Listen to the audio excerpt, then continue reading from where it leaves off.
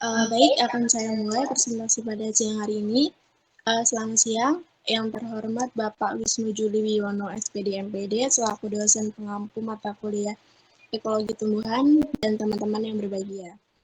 Pada kesempatan ini, kami dari kelompok 3B akan mempresentasikan materi tentang air dan atmosfer bagi tumbuhan. Sebelumnya, izin memperkenalkan diri, nama saya Agnes Evita, selaku moderator yang akan memandu jalannya diskusi pada siang hari ini. Kemudian ada teman-teman saya, yaitu Syifa Nurrahma, serta Eka Kristiana. Untuk materi yang pertama akan saya jelaskan, yakni tentang atmosfer, meliputi struktur atmosfer serta komponen dari atmosfer. Yang pertama ada struktur atmosfer. Dari struktur atmosfer ini terdiri atas 5 lapisan. Yang pertama itu ada troposfer. Di troposfer ini merupakan posisi paling bawah dari atmosfer bumi, yang mengandung kira-kira 80% massa atmosfer dan 99% uap air dan aerosol. Kemudian ada lapisan stratosfer, yang merupakan lapisan kedua dari atmosfer bumi, di bawah troposfer dan di atas mesosfer. Batas dari troposfer dan stratosfer adalah tropopause. Kemudian lapisan yang ketiga ada mesosfer. Mesosfer ini lapisan atmosfer bumi yang jauh di atas troposfer dan jauh di bawah termosfer. Lapisan yang keempat ada termosfer. Di lapisan ini merupakan lapisan terbesar dari atmosfer bumi dan jauh di atas mesosfer dan jauh di bawah eksosfer. Pada lapisan ini, radiasi ultraviolet menyebabkan ionisasi. Lapisan yang kelima ada lapisan eksosfer yang merupakan lapisan paling atas dari atmosfer bumi. Lalu ada komponen dari atmosfer yang terdiri dari udara kering. Nah, di udara kering ini tercampur yang terdiri dari atas nitrogen 78% volume, oksigen 21% volume, argon 0,93% volume, karbon dioksida 0,033% volume, dan sisanya 0,037% volume yang terdiri atas berbagai gas yang jumlahnya sangat sedikit atau gas penyerta. Udara kering ini bisa disebut dengan gas murni tanpa campuran bahan lain dan mencakup sekitar 96 volume atmosfer. Komponen yang kedua ada uap air. Nah, di uap air ini ada kandungan uap air di atmosfer yang mudah berubah menurut arah horizontal dan vertikal menurut waktu diurnal maupun musim.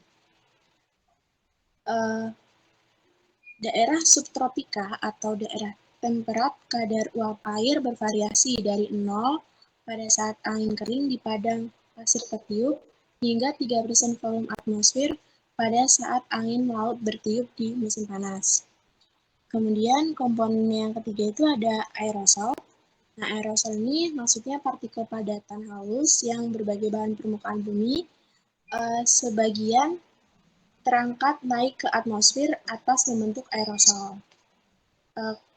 Komposisi normal atau rata-rata aerosol di atmosfer tersusun atas debu 20%, kemudian ada kristal garam 40%, abu 10%, asap 5%, dan lainnya itu ada 25% atau mikroorganisme. Selanjutnya, materi dari kegunaan atmosfer bagi makhluk hidup akan dijelaskan oleh Eka. Kepada Eka, dipersilakan.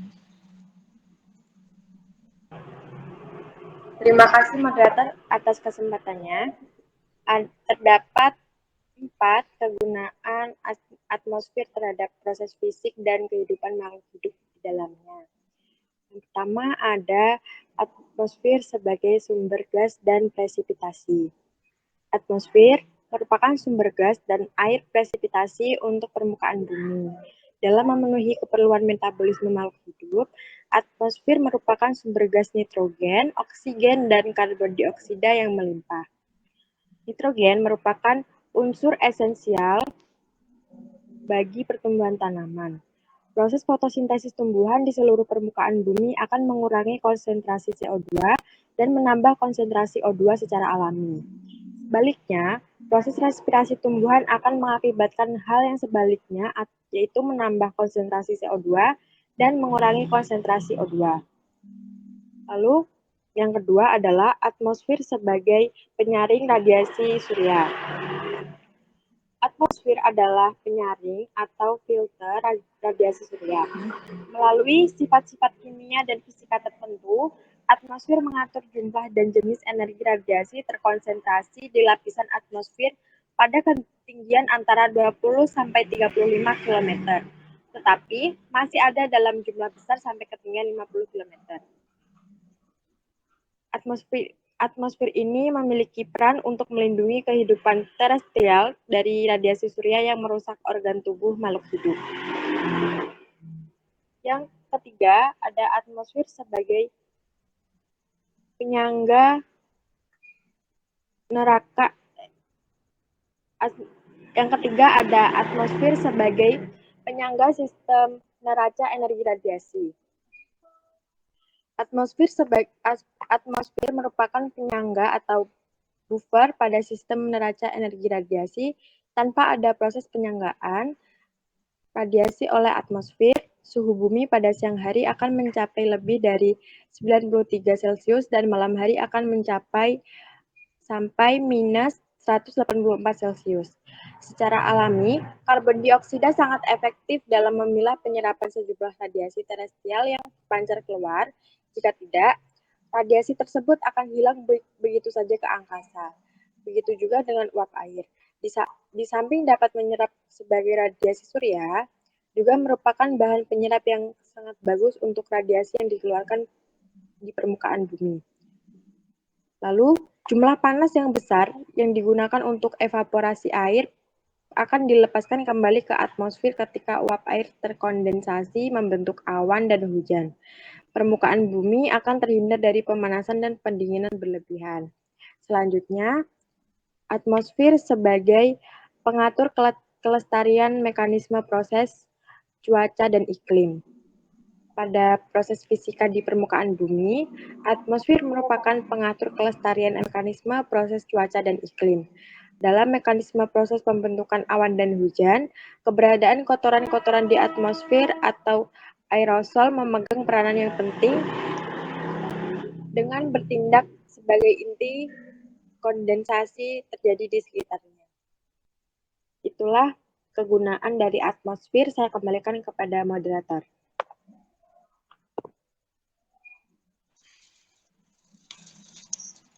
Baik, materi selanjutnya itu ada sifat air. Jadi sifat-sifat air itu ada 5. Yang pertama itu sifat air yang berbentuk cair pada suhu ruang. Jadi maksudnya semakin besar ukuran volume, semakin besar ukuran molekul suatu senyawa, maka pada suhu ruang senyawa tersebut akan cenderung berbentuk cair. Sebaliknya, jika ukuran kecil, maka akan cenderung berbentuk gas. Yang kedua ada sifat perubahan suhu air berlangsung lambat. Maksudnya air memiliki sifat sebagai penyimpan panas yang baik. Jadi sifat ini memungkinkan air tidak menjadi panas ataupun dingin dalam seketika. Perubahan suhu yang lambat ini mencegah terjadinya stres pada makhluk hidup akibat perubahan suhu yang mendadak yang memelihara suhu bumi agar sesuai dengan makhluk hidup. Sifat yang ketiga itu ada adanya gaya adhesi dan kohesi. Jadi air itu bersifat polar sehingga gaya tarik-menarik antara molekul air dengan molekul lainnya akan mudah terjadi. Yang keempat ada sifat senyawa yang meregang ketika membeku. Maksudnya air itu merupakan satu-satunya senyawa yang meregang ketika membeku. Ini berarti es memiliki kerapatan atau densitas yang lebih rendah dibandingkan air es akan mengapung di atas air. Sifat ini mengakibatkan air permukaan yang berada di daerah beriklim dingin hanya membeku di permukaan saja sehingga organisme akuatik masih bertahan hidup. Sifat yang terakhir itu air memiliki sifat pelarut universal. Jadi air ini selalu terlarut unsur dan senyawa kimia lainnya selain hidrogen dan oksigen sebagai unsur utamanya. Oleh karena itu, tidak ada air dan perairan alami yang murni di bumi ini, serta terlarutnya unsur dan senyawa kimia di dalamnya. Maka air merupakan komponen ekologis yang berperan penting bagi hidup dan kehidupan organisme. Baik, untuk materi selanjutnya akan dijelaskan oleh Syifa Nurrahma. Kepada Syifa, saya persilakan. Baik, next. Untuk yang selanjutnya yaitu siklus air. Nah, siklus air merupakan pergerakan air yang selalu terjadi setiap saat. Dalam proses pergerakan, biasanya disertai dengan perubahan wujud, sifat, dan mutu, ataupun air tetap dalam kondisi awal. Secara garis besar, pergerakan itu dapat berupa evaporasi, transpirasi, kondensasi, presipitasi, dan perkolasi. Siklus air ini digerakkan oleh energi matahari. Panas yang dipancarkan oleh matahari akan membuat air laut, air permukaan, dan daratan menguap. Bahkan, air dari makhluk hidup ikut mengalami evaporasi dan transpirasi. Ketika uap air mendingin dan menjadi mampat, terbentuklah awan yang kemudian digerakkan oleh angin. Angin akan membawa gumpalan-gumpalan awan ke daerah yang memiliki tekanan temperatur yang lebih rendah. Jika awan yang dibawa oleh angin melalui daerah pegunungan, maka gerakannya akan terhalang dan didorong untuk naik lebih tinggi lagi, karena temperatur akan semakin rendah apabila semakin tinggi dari permukaan laut. Maka, awan yang mengandung uap air tadi mencapai titik embunnya dan terbentuklah butiran-butiran air yang kemudian jatuh kembali ke bumi sebagai air hujan. Air hujan ini akan mengalir lagi ke permukaan bumi, ke daerah yang lebih rendah, dan sebagian diserap oleh bumi, kemudian terus menuju ke laut atau ke danau, dan apabila terkena sinar matahari akan menguap ke udara dan membentuk awan kembali. Awan akan berkumpul dan kemudian dibawa oleh angin dan mengembun, kemudian berubah menjadi hujan.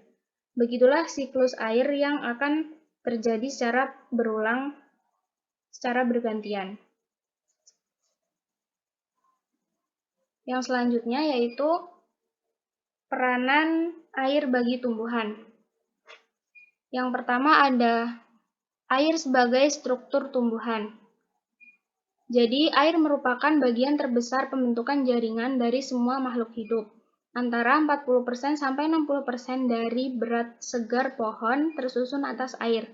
Cairan yang mengisi sel memiliki peran dalam menjaga substansi tetap dalam keadaan yang tepat untuk menjalankan fungsi metabolisme. Yang kedua yaitu untuk menunjang jaringan yang tidak berkayu. Apabila sel-sel jaringan tersebut memiliki cukup air, maka sel-sel tersebut akan berada dalam keadaan kokoh. Air yang ada di dalam sel tumbuhan tersebut nantinya akan menghasilkan suatu tekanan yang disebut tekanan turgor. Adanya tekanan turgor tersebut akan menyebabkan sel mengembang dan apabila jumlah air tidak memadai, akan menyebabkan terjadinya proses plasmolisis. Untuk yang ketiga yaitu sebagai alat transportasi. Air diperlukan sebagai alat transportasi untuk mengangkut materi dan nutrisi di sekitar tubuhnya dan menyalurkan materi dan nutrisi tersebut ke bagian tumbuhan lainnya sebagai substansi yang terlarut dalam air. Yang keempat yaitu air sebagai pendingin. Artinya, tumbuhan akan mengalami proses transpirasi. Akibat dari proses transpirasi tersebut akan menyebabkan tumbuhan kehilangan air. Hilangnya sebagian air dari tumbuhan akan mendinginkan tubuh tumbuhan tersebut dan menjaga tumbuhan dari pemanasan yang berlebihan sehingga suhu tanaman akan konstan.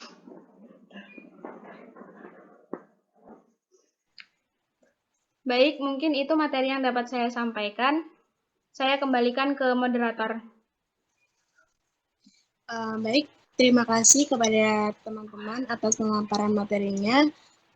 Jadi, sekian presentasi materi tentang air dan atmosfer bagi tumbuhan. Semoga materi yang dapat kami sampaikan dapat bermanfaat. Saya ucapkan terima kasih dan selamat siang. Siang.